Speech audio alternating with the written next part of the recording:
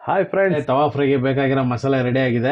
Fish ತಗೊಂಡು ಈ ಥರ ನೀಟಾಗಿ ಒಳ್ಳೆ ಫಿಶ್ನ ಹಾಕೋಣ ಸ್ಟೈಲಲ್ಲಿ.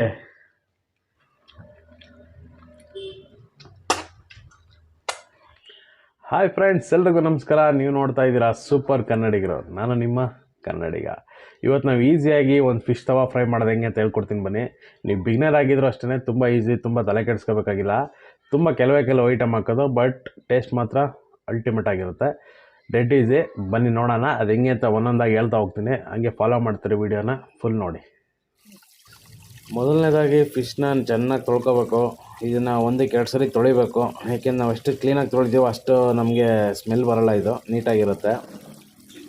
ನಾವು 1 kg ಪಾಂಪ್ಲೆಟ್ ಫಿಶ್ನ ಇಲ್ಲಿ ತೊಗೊಂಡಿದ್ದೀವಿ. ನಾವು ಇಲ್ಲಿ ಹೇಳ್ತಾರೆ ಮಸಾಲೆಗಳ ಐಟಮ್ ಎಲ್ಲ 1 kg ಇರುತ್ತೆ. ನೀವು ಕಡಿಮೆ ಮಾಡ್ತೀರಾ ಅಂತಂದರೆ ಅರ್ಧ kg ಆದರೆ ಅದರಲ್ಲಿ ಅರ್ಧ ಮಾಡ್ಕೊಳ್ಳಿ. 2-3 kg ಆದರೆ ಇದನ್ನು ಮಲ್ಟಿಪಲ್ ಮಾಡ್ಕೊಂಡು ಮಸಾಲೆಗಳನ್ನ ಆ್ಯಡ್ ಮಾಡ್ಕೊಂಡು ಹೋಗಿ. ನಾವು ಇದರಲ್ಲಿ 1 kg ಮಾಡ್ತಾಯಿದ್ದೀವಿ. ಫಿಶ್ನ ನಾವು ಕ್ಲೀನಾಗಿ ತೊಳೆದು ಮಡಗಿದ್ದೀವಿ. ಈಗ ಅದಕ್ಕೆ ಫಿಶ್ ತವಾ ಫ್ರೈಗೆ ಬೇಕಾಗಿರೋ ಮಸಾಲೆಗಳನ್ನ ಬನ್ನಿ ಪ್ರಿಪೇರ್ ಮಾಡ್ಕೊಳ್ಳೋಣ. ಇದಕ್ಕೇನು ಬೇಕು ಅಂತಂದರೆ ಒಂದು ಅರ್ಧ ಸ್ಪೂನ್ ಅರಿಶಿನ ಪುಡಿ, ಅರ್ಧ ಸ್ಪೂನು ಜೀರಿಗೆ ಪುಡಿ, 1-2 ಸ್ಪೂನ್ ಅಚ್ಕಾರದ ಪುಡಿ, 1 ನಿಂಬೆಹಣ್ಣು, ಒಂದು ಅರ್ಧ ಸ್ಪೂನು ಧನಿಯಾ ಪುಡಿ, 1 ಸ್ಪೂನು ಪೆಪ್ಪರ್ ಪೌಡ್ರು, ಒಂದೆರಡು ಸ್ಪೂನು ನಿಮಗೆ ಕಾರ್ನ್ಫ್ಲವರು, ಜೊತೆಗೆ ಕಲಿಸ್ಕೊಳ್ಳೋಕ್ಕೆ 2-3 ಸ್ಪೂನ್ ಎಣ್ಣೆ. ಇದೆಲ್ಲ ಕಲಸಾದ್ಮೇಲೆ ಜೊತೆಗೆ ಒಂಚೂರು ನೀರು ಆ್ಯಡ್ ಮಾಡಿಕೊಂಡು ಕಲಸೋಣ ಬನ್ನಿ. ಮೊದಲು ಎಲ್ಲ ಒಟ್ಟಿಗೆ ಮಾಡ್ಕೊಳ್ಳೋಣ. ಎಲ್ಲ ಒಟ್ಟಿಗೆ ಮಾಡಿಕೊಂಡು ಎಣ್ಣೆ ಹುಯ್ಕೊಳ್ಳೋಣ.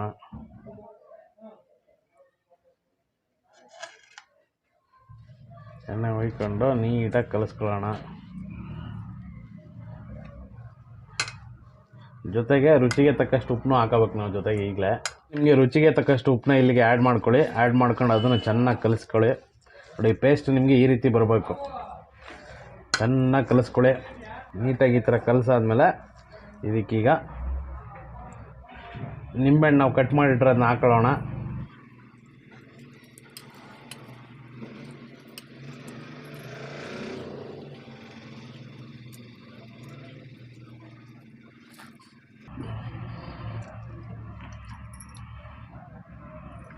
ಈಗ ಒಂದು ನಿಂಬೆಹಣ್ಣು ರಸನ ಇದಕ್ಕೆ ಆ್ಯಡ್ ಮಾಡಿಕೊಂಡು ಇನ್ನೂ ಚೆನ್ನಾಗಿ ಕಲಿಸ್ಕೊಳ್ಳೋಣ.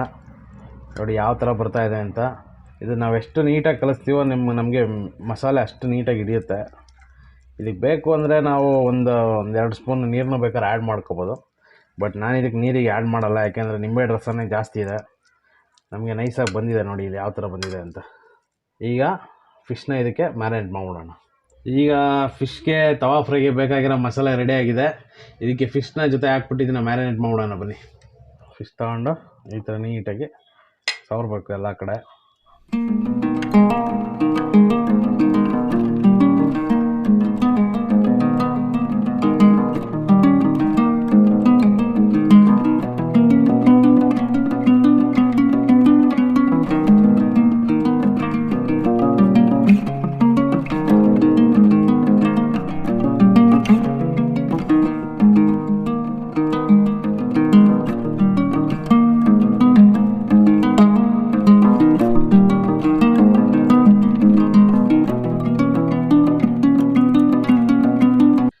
ನಮಗೆ ಎಲ್ಲ ಫಿಶ್ಶು ಮ್ಯಾರಿನೇಟ್ ಆಗಿದೆ, ಮಸಾಲೆ ಆಗಿದೆ. ಬನ್ನಿ ಇದನ್ನು ಈಗ ಒಂದು ಕನಿಷ್ಠ ಅಂದರೆ ನಮಗೆ ಒಂದು ಅರ್ಧ-ಮುಕ್ಕಾಲು ಗಂಟೆ ಮ್ಯಾರಿನೇಟ್ ಮಾಡಬೇಕು. ನೀವು ಎಷ್ಟು ಅವರ್ ಮ್ಯಾರಿನೇಟ್ ಮಾಡ್ತೀರೋ ನಿಮ್ಗೆ ಅಷ್ಟು ಮಸಾಲೆ ಚೆನ್ನಾಗಿ ಇಟ್ಕೊಳ್ಳುತ್ತೆ. ಬನ್ನಿ ಇದನ್ನು ಮ್ಯಾರಿನೇಟ್ಗೆ ಇಟ್ಬಿಡೋಣ. ನಮಗೆ ಹೆಚ್ಚು ಕಮ್ಮಿ ಫಿಶ್ಶು ಒಂದು 1 ಅವರ್ ಮೇಲೆ ಮ್ಯಾರಿನೇಟ್ ಆಗಿದೆ. ಮಸಾಲೆ ತುಂಬ ಚೆನ್ನಾಗಿ ಹಿಡ್ದಿದೆ. ನೋಡ್ತಾ ಇರ್ಬೋದು ನೀವೇ ಎಷ್ಟು ಚೆನ್ನಾಗಿ ಹಿಡ್ದಿದೆ ಅಂತ. ಬನ್ನಿ ಈಗ ಇದನ್ನು ನಾವು ತವಾ ಫ್ರೈ ಮಾಡಿಬಿಡೋಣ. ಮೊದಲು ಗ್ಯಾಸ್ ಹಚ್ಕೊಳ್ಳೋಣ. ಗ್ಯಾಸ್ ಹಚ್ಚಾದ್ಮೇಲೆ ಒಂದು ತವಾ ಇಡೋಣ. ಇದಕ್ಕೆ ತವಾ ಬಿಸಿ ಆಗಲಿ ಚೆನ್ನಾಗಿ. ಮೊದಲು ತವಾ ಕಾದಿದೆ, ಒಂಚೂರು ಎಣ್ಣೆ ಹಾಕೊಳ್ಳೋಣ.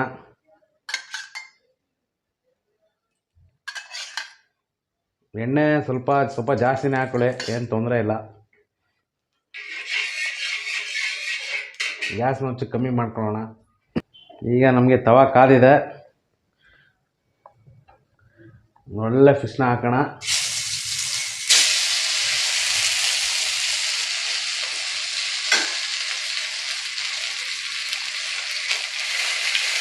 ಇದು ಲೋ ಫ್ಲೇಮಲ್ಲೇ ಇರಲಿ, ಲೋ ಫ್ಲೇಮಲ್ಲೇ ಚೆನ್ನಾಗಿ ಬೇಯಬೇಕಿದು.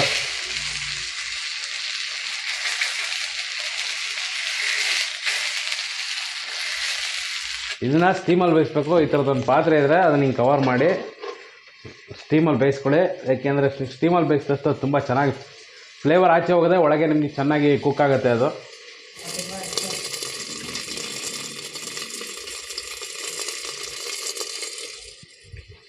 ಈ ಕಡೆನೂ ಒಂದ್ಸರಿ ಹಿಂಗೆ ಕ್ಲೋಸ್ ಮಾಡಿ ಇಟ್ಬಿಡೋಣ.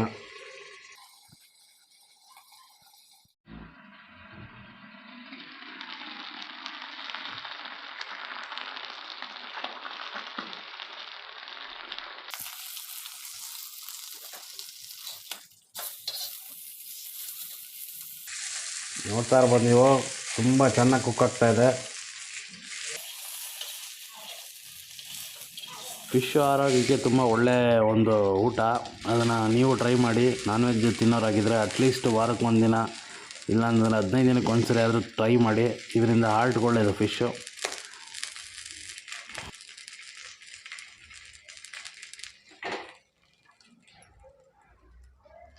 ಬಿಸಿ ಬಿಸಿ ಪಾಂಫ್ರೆಟ್ ರೆಡಿ, ತವಾ ಫ್ರೈ.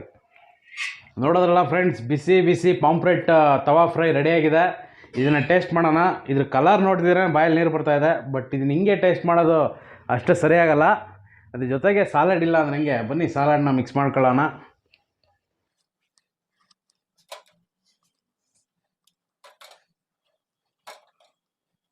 ನಮ್ಮ ಸಾಲ್ಟ್ ಪೇ ಸ್ಟೈಲಲ್ಲಿ ಕೊತ್ತಂಬರಿ ಸೊಪ್ಪನ್ನ ಹಾಕ್ಬಿಟ್ಟು ಬನ್ನಿ ಟೇಸ್ಟ್ ಮಾಡೋಣ.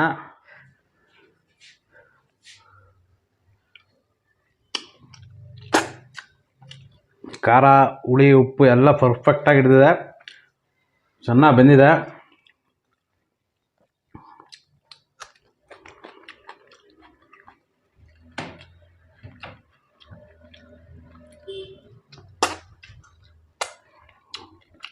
First class. ನೀವು ಮನೆ ಟ್ರೈ ಮಾಡಿ, ತುಂಬ ಅದ್ಭುತವಾಗಿರುತ್ತೆ. ಸಿಂಪಲ್ ರೆಸಿಪಿ, ಬಟ್ ಟೇಸ್ಟ್ ಮಾತ್ರ ಸೂಪರ್. ನೀವು ಈ ತವಾ ಫ್ರೈನ ಟ್ರೈ ಮಾಡಿ, ತುಂಬ ಚೆನ್ನಾಗಿದೆ. ಈ ವಿಡಿಯೋ ಇಷ್ಟ ಆಗಿದ್ರೆ ಲೈಕ್ ಮಾಡಿ, ಕಮೆಂಟ್ ಮಾಡಿ, ಶೇರ್ ಮಾಡಿ. ತಪ್ಪದೆ ನಮ್ಮ ಚಾನಲ್ನ ಸಬ್ಸ್ಕ್ರೈಬ್ ಮಾಡ್ಕೊಳ್ಳಿ. ಬಾಯ್.